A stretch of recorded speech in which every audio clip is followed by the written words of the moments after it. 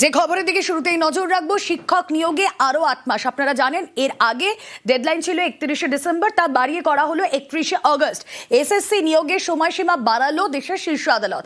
31শে ডিসেম্বরের পরিবর্তে তা হলো 31শে অগস্ট পর্যন্ত। রাজ্যকে নিয়োগে অতিরিক্ত সময়, সুপ্রিম কোর্টের চাকরিহারারা 31শে অগস্ট পর্যন্ত কাজ করতে পারবেন।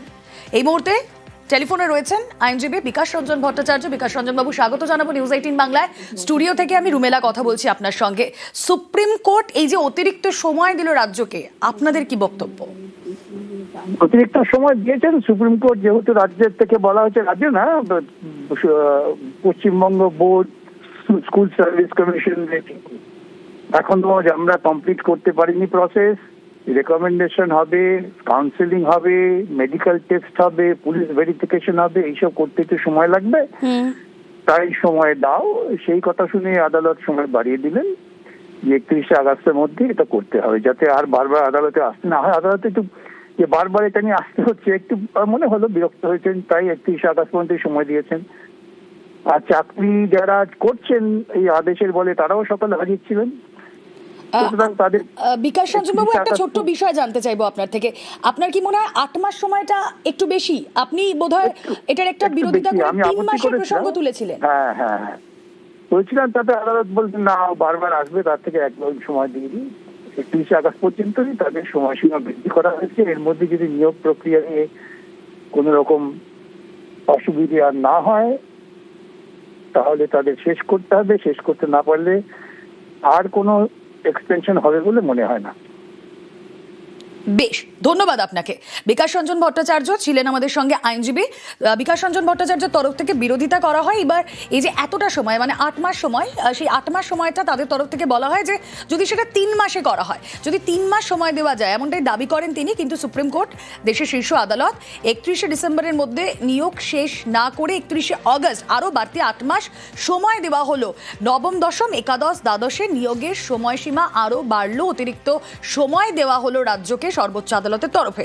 নিয়োগ শেষ করতে আরো 8 মাস সময় দেওয়া হলো রাজ্যকে।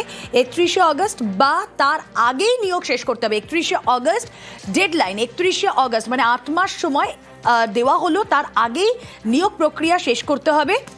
সব থেকে গুরুত্বপূর্ণ যা, তাহলে আগের শিক্ষকরা ততদিন পর্যন্ত তাদের কাজ চালিয়ে যেতে পারবেন। সঞ্জয় কুমারের বেঞ্চের এমনটাই নির্দেশ।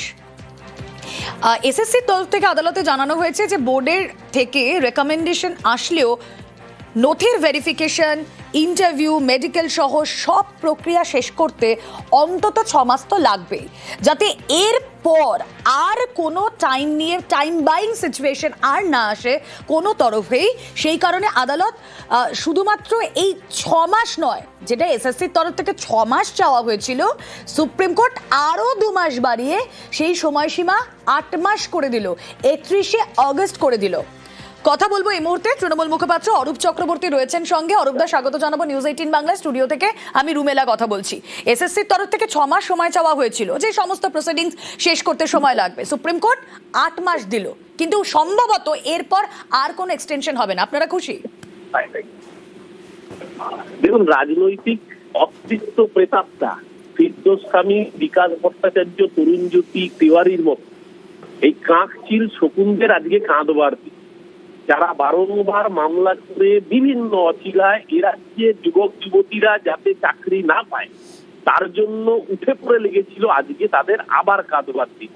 তাদের মুখে থাপ্পড় মেরে মহামান্য হাইকোর্টের রায়ে 32,000-এর চাকরি বহাল রয়েছে।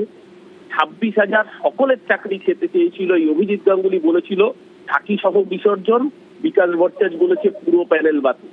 সেই 26,000-এরও অধিকাংশ যারা আনটেন্টেড, তারা আবার এই এসএসসি নিয়োগ প্রক্রিয়ার মাধ্যমে কাজের মধ্যে ফিরে আসবে।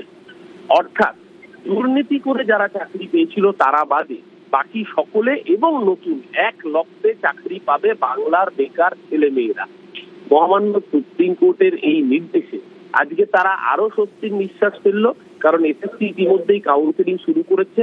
পুরো প্রসেস সম্পন্ন করতে 6 মাস সময় চাওয়া হয়েছিল, সেই সময়সীমাকে আদালত গ্রাহ্য করেছেন। এর ফলে সরকারিভাবে কাজ করতে যেরকম সুবিধা হবে, আমাদের বাংলার ছেলে মেয়েদের মুখেও হাসি ফুটবে।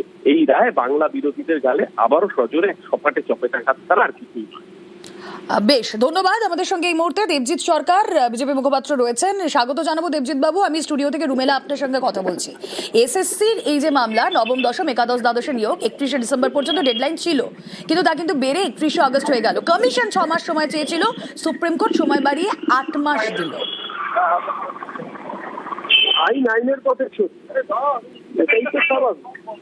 আইনের বিষয়ে আইন দেখবেন, বিচার ব্যবস্থা দেখবেন, কিন্তু তৃণমূলের যারা মুখপাত্র বা যারা কর্তা ব্যক্তি তারা আস্ফালন করছেন যে এতে নাকি বাংলার মানুষের ছেলে মেয়েদের মুখে হাসি ফুটবে, একটুখানি সংশোধন হবে, এটাতে বাংলা তৃণমূল করা যারা দুষ্কৃতী তাদের মুখে হাসি ফুটলেও ফুটতে পারে। কেননা এই সময়ের মধ্যে না আবার তৃণমূল যা জিনিস, এই সময়ের মধ্যে না আবার কোন রকম ফোকর খুঁজে বার করে টাকা চুরি, এই ব্যাপারে আদালত যেন দৃষ্টি দেন, এটাই আমরা আশা রাখবো। বেশ, অনেক ধন্যবাদ। আমরা কথা বলছিলাম, দেবজিৎ সরকার ছিলেন বিজেপি মুখপাত্রের সঙ্গে।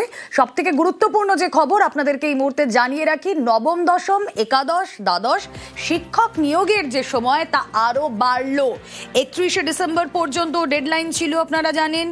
এসএসসির তরফ থেকে আবেদন করা হয়েছিল যে এই সময়সীমা যেন বাড়িয়ে দেওয়া হয়। এসএসসি আবেদন করেছিল 6 মাস বাড়িয়ে দেওয়ার, সুপ্রিম কোর্ট সেই সময়সীমা বাড়িয়ে দিল 8 মাস। 31শে আগস্ট পর্যন্ত সময়সীমা বাড়লো। এবং আপনাদেরকে জানিয়ে রাখি, 31শে আগস্টের পর আর কোনো সম্ভবত সময়ের আর কোনো বর্ধিত সময় রাজ্যকে দেওয়া হবে না। 31শে আগস্টের মধ্যে গোটা নিয়োগের প্রক্রিয়া সম্পূর্ণ করতে হবে। এসএসসি নিয়োগের সময়সীমা বাড়িয়ে দিল সুপ্রিম কোর্ট। 31শে ডিসেম্বরের পরিবর্তে সবথেকে গুরুত্বপূর্ণ যে খবর, 31শে আগস্ট পর্যন্ত এই সময়সীমা বাড়ানো হলো। এবং যারা চাকরিহারা তারা 31শে আগস্ট পর্যন্ত তাদের কাজ চালিয়ে যেতে পারবেন। 31শে আগস্ট পর্যন্ত এই চাকরিহারা শিক্ষকরা তারা বেতনও পাবেন। শিক্ষক নিয়োগে এসএসসির আবেদন ছিল 6 মাস সময়সীমা বাড়ানোর, নিয়োগের অতিরিক্ত সময় চেয়েছিল এসএসসি, কিন্তু সুপ্রিম কোর্টের তরফ থেকে সেই সময়সীমা বাড়িয়ে আরও 8 মাস করা হলো। অর্থাৎ 6 মাস নয়, সেটা 8 মাস করা হলো। 31শে আগস্ট পর্যন্ত ডেডলাইন, এবং 31শে আগস্ট অন অর বিফোর 31শে আগস্ট বা তার আগে এই নিয়োগের প্রক্রিয়া শেষ করতে হবে। আগের শিক্ষকরা, সব থেকে গুরুত্বপূর্ণ যেই পর্যবেক্ষণ আদালতের, আগের শিক্ষকরা ততদিন পর্যন্ত কাজ চালিয়ে যেতে পারবে, এমনটাই নির্দেশ সঞ্জয় কুমারের বেঞ্চের। কি হয়েছিল আজ সুপ্রিম কোর্টে, কি সওয়াল জবাব, কথা বলার চেষ্টা করব। যদি মৈত্রীকে আমরা কানেক্ট করতে পারি, পরবর্তীতে মৈত্রীর সঙ্গে কথা বলবো। অর্ণবকে পেয়েছি এই মুহূর্তের সঙ্গে। অর্ণব, সুপ্রিম কোর্টের যে পর্যবেক্ষণ, দেখো এসএসসির তরফ থেকে 6 মাসের আবেদন করা হয়েছিল, সুপ্রিম কোর্ট তা বাড়িয়ে 8 মাস করে দেওয়া হলো। না, বিষয়টা একটু অন্যরকম রুমেলা। সুপ্রিম কোর্টে প্রথম মধ্যশিক্ষা পর্ষদ আবেদন করেছিল, সেই মধ্যশিক্ষা পর্ষদের আবেদন মেনে 31শে ডিসেম্বর পর্যন্ত চূড়ান্ত সময়সীমা বেঁধে দেওয়া হয়েছিল নবম দশম একাদশ দ্বাদশ শ্রেণীর শিক্ষক নিয়োগ প্রক্রিয়া সম্পূর্ণ করতে। তার এরপর সুপ্রিম কোর্টে ফের মধ্যশিক্ষা পর্ষদই আবেদন করে এবং জানায় যেভাবে পরপর কলকাতা হাইকোর্টে মামলা হচ্ছে এবং তারা যেভাবে বিভিন্ন এই আইনি বেড়াজাল পক্ষে যেভাবে কাজ করছেন, এবং অবশ্যই তাদের যে ম্যান পাওয়ার রয়েছে সবকিছু করে তাদের পক্ষে 31শে ডিসেম্বরের মধ্যে কাজটা করা সম্পূর্ণ করা সম্ভব নয়। 31শে আগস্ট 2026 পর্যন্ত তাদের সময়সীমা দেওয়া হোক, নতুবা এই নিয়োগ প্রক্রিয়া শেষ না হওয়া পর্যন্ত, অর্থাৎ এই যারা চাকরি করছিলেন প্রায় 14,000 শান্তি 15,000 ধরি আমরা, যারা সম্ভাব্য যোগ্য তালিকায় রয়েছেন নবম দশম একাদশ দ্বাদশের, তাদের শিক্ষকতা করতে দেওয়া হোক 31শে আগস্ট 2026, অথবা নতুন যে নিয়োগ প্রক্রিয়া চলছে সেটা সম্পূর্ণ না হওয়া পর্যন্ত। মধ্যশিক্ষা পর্ষদের এর আগে এপ্রিল মে মাসের আবেদন মেনে 31শে ডিসেম্বর করেছিল শীর্ষ আদালত।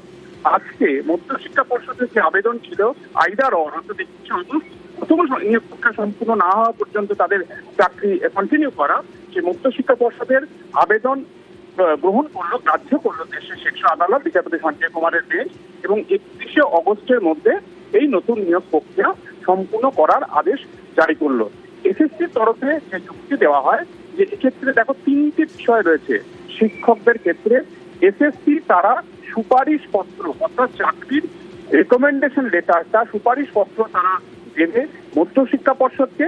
মধ্যশিক্ষা পর্ষদ বৈধ সুপারিশপত্র হাতে পাওয়ার পর তার একটা বৈধ সুপারিশপত্রের এগেনস্টে একটি বৈধ নিয়োগপত্র তৈরি করবে এবং সেই নিয়োগপত্র যে জেলায় যে বিদ্যালয়ে শিক্ষকতা করবে সেই জেলার ডিআই এর কাছে একটি কপি যাবে এবং যে স্কুলে তিনি করবেন সেই স্কুলেও একটি কপি যাবে। এই এবং যিনি যিনি পরীক্ষার্থী নিয়োগ করবে তার কাছে কপি যায়। কাজে এই যে পুরো প্রক্রিয়াটা করতে ন্যূনতম 6 মাস সময় লাগবে বলে এসএসসি আদালতে জানায়। এই অবস্থায় মধ্যশিক্ষা পর্ষদের যে আবেদন ছিল 31শে অগস্ট অথবা নিয়োগ প্রক্রিয়া সম্পূর্ণ না হওয়া পর্যন্ত প্রায় 15,000 যারা সম্ভাব্য যোগ্য তালিকায় রয়েছেন তাদের চাকরিতে কন্টিনিউ রাখা, তাদের বহাল রাখা, সেই আবেদন মেনে নিল দেশের শিক্ষা আদালত। এবং সামগ্রিকভাবে আমাদের রাজ্যের এই নিয়োগ প্রক্রিয়ায় যে হার্ডেলগুলো পেরোতে হচ্ছে এসএসসিকে, সেই বিষয়টাও সম্পর্কে সম্যক ধারণা যে দেশের শীর্ষ আদালতে রয়েছে তা আজকের এই নির্দেশে স্পষ্ট। কারণ কিছুদিন আগে সুপ্রিম কোর্ট এই 10 নম্বর পূর্ব অভিজ্ঞতা নাম্বার সহ ভিন্ন যে আবেদনগুলি ছিল, প্রায় কয়েক ডজন মামলা ছিল, সেই মামলাগুলি কলকাতা হাইকোর্টে দিয়ে দিয়েছিল সেগুলি শুনানি করার জন্য। বিচারপতি অমৃতা সিনহার ঘরে মামলা এলো, প্রতিদিন একটার পর একটা নির্দেশ হচ্ছে এবং এক এক ধরনের নির্দেশ হচ্ছে এবং সেক্ষেত্রে কিছুটা হলো দিশেহারা অবস্থা হয়েছিল এসএসসির। কারণ তারা হাইকোর্টের নির্দেশ মেনে সম্ভাব্য যোগ্য অযোগ্য তাদের তালিকা প্রকাশ করবে, নাকি এই কাউন্সিলিং ইন্টারভিউ এই প্রক্রিয়াটাকে সম্পূর্ণ করে সুপ্রিম কোর্টের ডেডলাইনকে মান্যতা দেবেন, সেই অবস্থা থেকে মধ্যশিক্ষা পর্ষদ এই আবেদন দেশের শিক্ষা আদালতে রেখেছিল। তাতে আবেদন মঞ্জুর হলো এবং 31শে অগস্ট 2026 পর্যন্ত কোনো রকম সমস্যা রইল না। যারা ওকে। আগে